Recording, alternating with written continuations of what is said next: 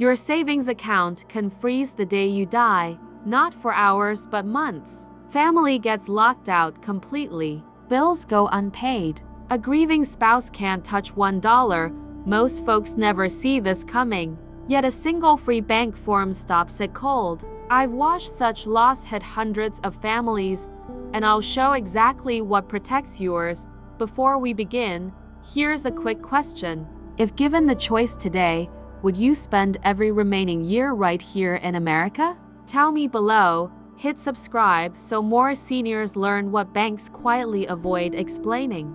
Now, let's dig in together. Let's start with what frozen actually means. Because most people picture it wrong, the moment you pass, your bank gets notified. Sometimes a family member calls. Sometimes it comes through official records. Either way, the bank acts fast. Your account gets locked. Nobody can withdraw money. Nobody can pay your bills. Not your son, not your daughter, not even the spouse who shared your life for 40 years.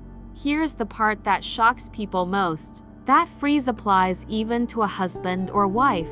Unless the account was set up a certain way, they're locked out too. Think about what that means day to day. The mortgage payment is due. The electric bill arrives. The funeral home wants money upfront. And the one account that could cover it all sits sealed. Your family stands there, stunned. They know the money exists. They can see it on paper, but they can't reach a single dollar of it. Now, you might be thinking the bank is being cruel. It isn't. The bank is simply following the law, and this is where things get important. So stay with me. When you die, your money doesn't just belong to whoever's standing closest. It becomes part of something called your estate. Your estate is everything you leave behind: accounts, property, belongings, all of it. The law says that estate must be handled a specific way. There's a legal process for deciding who gets what. And until that process starts, the bank can't hand your money to anyone. So the account waits, locked, untouched. Meanwhile, your family is grieving and scrambling at the same time. They're planning a funeral. They're making phone calls. And now they're also fighting to unlock money that was always meant for them. Here's what makes this so painful. You worked your whole life for that money. You saved it carefully. You pictured it taking care of the people you love. Instead, it becomes a locked box they can't open. I've seen this exact scene more times than I can count. A widow at her kitchen table, bills spread out, unable to touch her own household savings. A son driving 2 hours to the bank, only to be turned away empty-handed. None of them expected it. Every one of them assumed the money would just pass along. That's the dangerous assumption almost every family makes. Let me be direct about something. This isn't rare. It happens to ordinary, careful, hardworking people every single day across this country. And there's one word behind all of it. One legal word that decides whether your family waits days or waits months. That word is probate. Most seniors have heard it. Very few truly understand it. Even fewer realize their own savings account could get dragged straight into it. Probate is the reason the account freezes. Probate is the reason the waiting drags on. And probate is exactly what that one free form helps your family avoid. So let's talk about what probate really is next. The rule, the law, 500 words. Probate is the court process for settling what you leave behind. In plain terms, a judge oversees who gets your money. Here's how it usually works. Someone files paperwork with the local court. The court then opens a case, and that case can stay open for a long time. How long? Often several months, sometimes a full year or more. In busy areas, even longer than that. During all that waiting, your savings account stays frozen. The court hasn't decided anything yet, so the bank keeps the money locked in place. Let me walk you through the steps. First, the court confirms whether you left a will.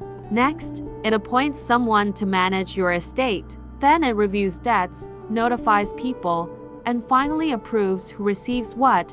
Every one of those steps takes time. Every one involves forms, filings, and often a lawyer. And legal help isn't cheap. That's the second problem hiding here. Probate can cost real money. Court fees add up.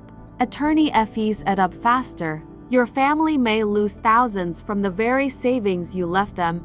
Picture the full situation now. Your loved ones are grieving. They're locked out of the account. They're waiting on a slow court. And they're paying to unlock money that was already theirs. It's a hard thing to watch. I've sat with families caught in exactly this trap. Let me pause here for one moment. If this is opening your eyes, do me a small favor. Tap that subscribe button right now. I share these overlooked money truths every week, and I'd hate for you to miss the next one. Alright, back to the important part. Now, here's the fact almost nobody knows. There's a legal shortcut that skips probate entirely, and your bank can set it up in minutes. The law treats certain accounts differently. If you name a specific person to receive the account, it doesn't go through court at all. It passes straight to that person instead. Read that again, because it changes everything. A named beneficiary means no probate for that account. No freeze, no court, no long wait. The money simply transfers straight to the person you chose, usually within days, sometimes within a week. This isn't a trick or a loophole someone invented. It's built right into the law. Banks have offered it for decades, yet most seniors were never told. Nobody at the branch explained it. The form sat quietly in a drawer, waiting to be asked for. So the accounts without it fall into probate, and the accounts with it sail right past it. Same bank, same money, completely different outcome for your family. That single choice, naming a beneficiary, decides which path your loved ones walk. One path is fast and free. The other is slow and costly.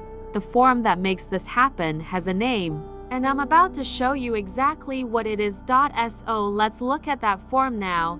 Let me show you the form through two real stories. Same town, same kind of savings, two very different endings. First, meet Robert. He was 71, careful with money, and loved his wife dearly, but he never named a beneficiary on his savings account.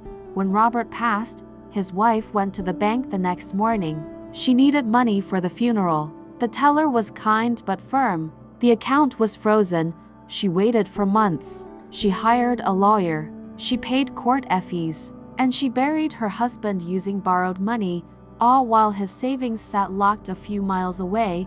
Now meet Frank. Same age, same size account. But Frank had done one small thing years earlier. Frank filled out a beneficiary form. He named his wife directly on the account. It took him about 10 minutes at the branch. When Frank passed, his wife walked into the same bank. She showed his death certificate and her ID. The money was released to her within days. No court, no lawyer, no freeze. To men, one form. Completely opposite outcomes for the women they loved. So let me tell you exactly what that form is. It's called a payable on death form. Most people just call it a POD. Your bank already has it, and it costs you nothing. Some banks use a slightly different name. You might hear transfer on death or simply beneficiary designation. They all do the same job. Here's what the form actually does. It tells your bank who should receive the account when you die. That person is your beneficiary, and because you named them directly, the account skips probate. It never enters the court process at all. It transfers straight to your chosen person. Now here's how to get it. You don't need a lawyer. You don't need to pay anyone. You just ask your bank, walk into your branch, and say 5 simple words. I want a beneficiary form. That's it. They'll hand it right over. You can also call your bank. Many let you do it over the phone. Some even offer it online through your account settings. Let me walk you through what you'll fill in. It's short, and every part matters. First, your account number. That tells the bank which account this covers. Second, the beneficiary's full legal name. Use their real name, exactly as it appears on their ID. Third, their relationship to you. Spouse, son, daughter, whoever you choose. Fourth, their date of birth or social security number. This helps the bank confirm the right person later. Then you sign it. That signature makes it official. That's the whole thing. 4 pieces of information and your name at the bottom. Do this today, and you've just done what Frank did. You've protected your family from Robert's fate, but there's more to getting this right. A few small mistakes can quietly undo everything you just filed. So let me show you how to protect your form next. Completed 500 words. The first mistake is naming only one person. Here's why that matters. Say you name your spouse as beneficiary. Good, but what if you both pass around the same time? Then the account has no living beneficiary left. An account with no living beneficiary falls right back into probate. The very thing you try to avoid.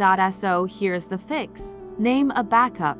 Banks call this a secondary beneficiary. Your first choice might be your wife. Your backup might be your daughter. If the first can receive it, the second does. Simple protection, and it's free. Now for the second slip people make.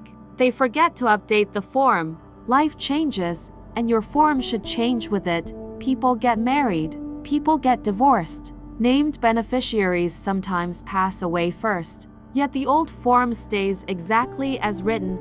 I've seen accounts go to an ex-spouse by accident. Money has passed to someone who died years earlier. The form doesn't know your life changed. It only follows what's written on it. So check your beneficiaries once a year. Pick a date you'll remember, like your birthday. A 2-minute review saves your family a giant headache. A third error sounds tiny but causes real trouble. It's a misspelled name. Use the exact legal name on their ID, not a nickname. Not Bobby when the ID says Robert. Banks match names carefully, and a mismatch slows everything down. One more trips up plenty of folks. They fill out the form but never hand it back. It happens more than you'd think. One more trips up plenty of folks. They fill out the form but never hand it back. It happens more than you'd think. Someone takes the paperwork home to finish later. Later never comes. The form sits in a drawer unsigned, doing nothing. An unfiled form protects no one. So finish it, sign it, and return it the same day. Ask the bank for a copy for your records too. Let me remind you how simple this really is. You're not hiring anyone. You're not spending a dime. You're filling in a few blanks and signing your name. 10 minutes today buys your family months of peace tomorrow. That's the trade. And it's one of the best deals in all of retirement planning. Think about what you're really giving them. Not just money. You're handing them speed when they'll need it most. Speed at the worst moment of their lives. No frozen account. No court battle. No lawyer draining the savings. No long wait. Just a smooth, quick transfer to the people you love. Picture your spouse walking into that bank. Instead of being turned away, they're helped in minutes. That's the gift this form gives. And you get something too. You get to stop worrying. You'll know your family is protected, no matter what tomorrow brings. That's real peace of mind. The kind money can't buy, but this free form provides. You now know more than most people ever will about protecting your savings. You know the danger. You know the law. And you know the exact fix. Let me leave you with one final thought. Your savings can freeze the day you die. Probate can lock it for months. But one free form stops all of it. So do this now. Call your bank this week. Ask for a beneficiary form and fill it out. Protect the people you love. They'll thank you forever.